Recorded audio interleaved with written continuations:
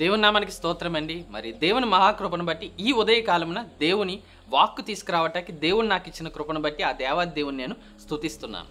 మరి ప్రతిరోజు కూడా మనందరం కూడా ఈ బిజీ లైఫ్లో ఏదో ఒక పని కలిగి ఉంటాం. ఈరోజు నేను ఈ పని చేయాలి, ఆ పని చేయాలని టార్గెట్స్ పెట్టుకుంటూ వెళ్తూ ఉంటాం.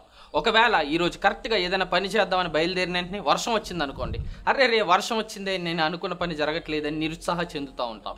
అదే కాకుండా ఎక్కడికైనా అర్జెంట్ పని మీద వెళ్ళాలి అనుకున్నప్పుడే బండి కానీ లేకపోతే మీ వెహికల్ కానీ ఏదైనా ప్రాబ్లం వస్తే ఇలా జరిగింది ఏంటి ఈరోజు, అలా జరిగింది ఏంటి అని మన నోటి నుంచి దూషణ మాటలు వస్తూ ఉంటాయి కదండి.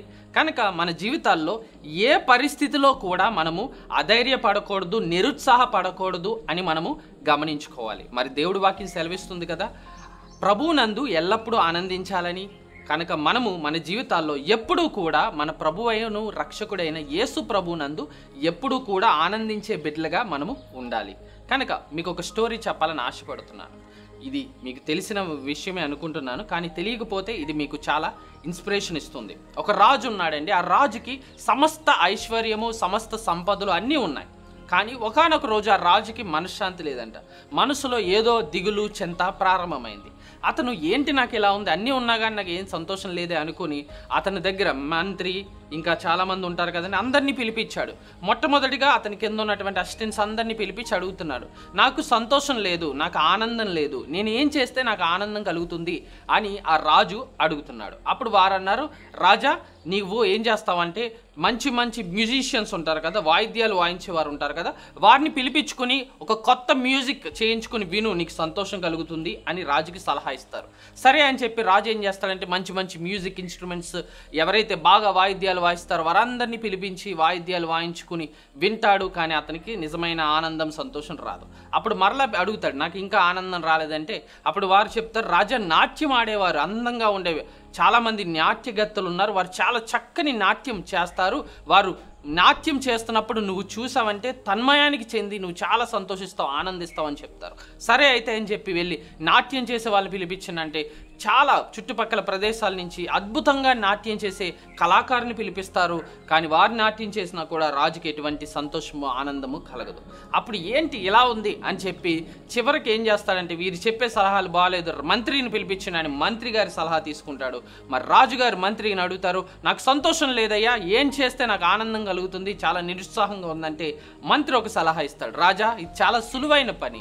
ఏంటి అంటే మీరు ఒక పని చేయాలి, ఎవరైతే ఆనందంగా ఉన్నారో, ఏ బాధలు లేకుండా సంతోషంగా ఉన్నారో వారి చొక్కా, వారి షర్ట్ తీసుకుని వచ్చి మీరు వేసుకున్నట్లయితే ఒక రోజంతా మీరు ఆనందంగా ఉంటారు, సంతోషంగా ఉంటారు అని రాజుకి సలహా ఇస్తాడు.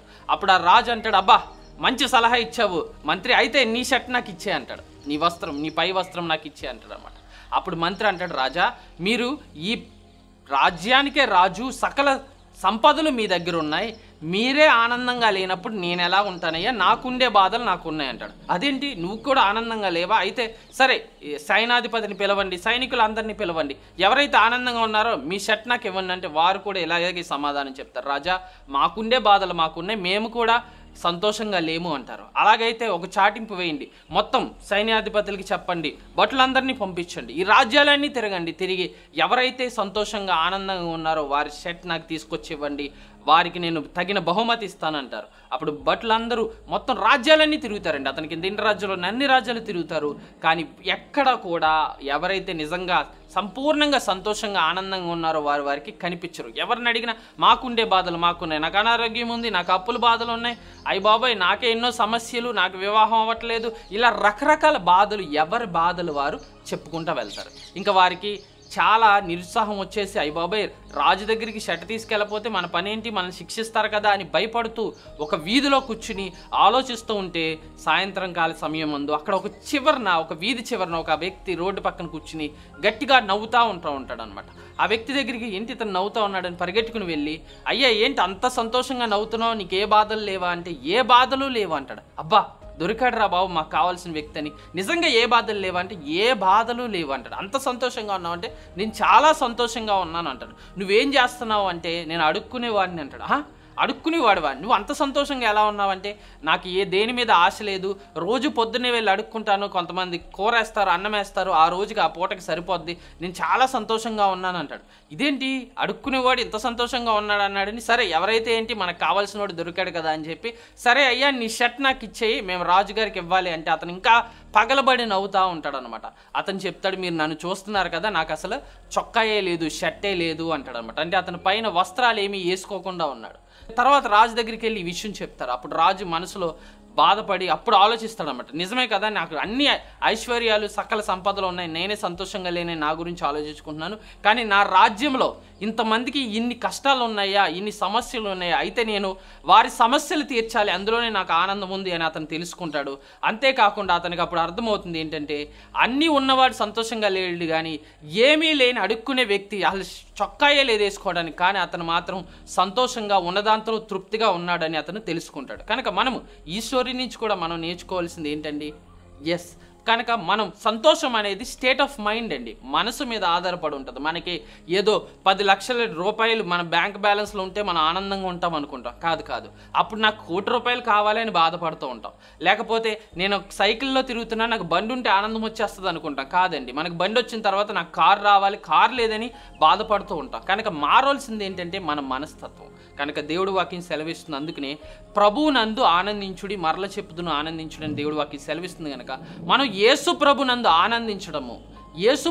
ఆనందించడం మనం నేర్చుకోవాలి. కనుక మనం ఉన్న విషయాలు లేకపోతే ఏమున్నాయి వస్తువుల మీద కానీ మన మనుషుల విషయంలో కానీ చూసి ఆనందించడం కాదు, కానీ నా ప్రభువు రక్షకుడు నన్ను రక్షించాడు కనుక నేను ఆయన బట్టి నేను ఆనందిస్తాను, నాకు రక్షణ ఆనందం ఉంది అని మనము దేవుణ్ణి చూసి మనం ఆనందించినప్పుడు మనకు వచ్చే పరిస్థితులు ఏవైనప్పటికీ కూడా అవి ఒకవేళ మనం అనుకున్నట్టు జరగకపోయినా కూడా దేవుడు నన్ను ఆశీర్వదిస్తారు, ఇది దేవుని చిత్తంలోనే జరుగుతుంది అని మనం ఖచ్చితంగా ఆనందించగలుగుతాం. కనుక దేవుడి వాక్యం సెలవిస్తుంది, భారం మోయిచున్న సమస్త జనులారా నా యొద్దకు రండి, నేను మీకు విశ్రాంతినిస్తానని యేసు ప్రభు సెలవిస్తున్నారు. కనుక మీకు ఏ భారం ఉన్నా, ఏ దిగులు ఉన్నా, ఏ చింత ఉన్నా, మీకు నిజమైన శాంతి, నిజమైన సమాధానం లోకంలో దొరకదండి, ఏ వ్యక్తి దగ్గర దొరకదు, అది కేవలం యేసు ప్రభు దగ్గర మాత్రమే దొరుకుతుంది.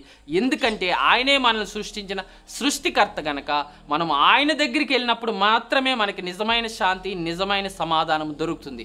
ఒకవేళ ఆ రాజు ఈ కాలంలో పుట్టి ఉండుంటే ఆ రాజుకి కావలసిన సమాధానం ఏంటంటే దేవుని యొక్క సమాధానం అతనికి కావాలి, అది యేసు ప్రభు దగ్గరే దొరికే సమాధానం. కనుక దయచేసి నా ప్రియ సహోదర సహోదరి, నీ హృదయంలో ఏదైనా కలత ఉందా, చింత ఉందా, శాంతి లేదా, సమాధానం కొరకు వెతుకుతున్నావా? అయితే ఒక్కసారి యేసు ప్రభు దగ్గరికి రా. యేసు ప్రభువా, నాకు నీ శాంతిని దయచేయి, నీ సమాధానం దయచేయి, నా జీవితాన్ని ఆశీర్వదించు, నేను చేసే ప్రతి పనులు ఆశీర్వాదం దయచేయి అని యేసు ప్రభుకి ప్రార్థన చేయండి.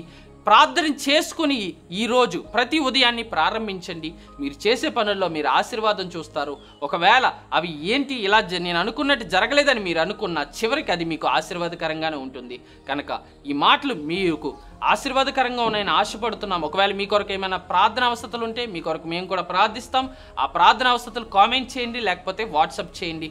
దేవుడు మిమ్మల్ని దీవించి ఆశీర్వదించును గాక. ఆమేన్. వందనాలు.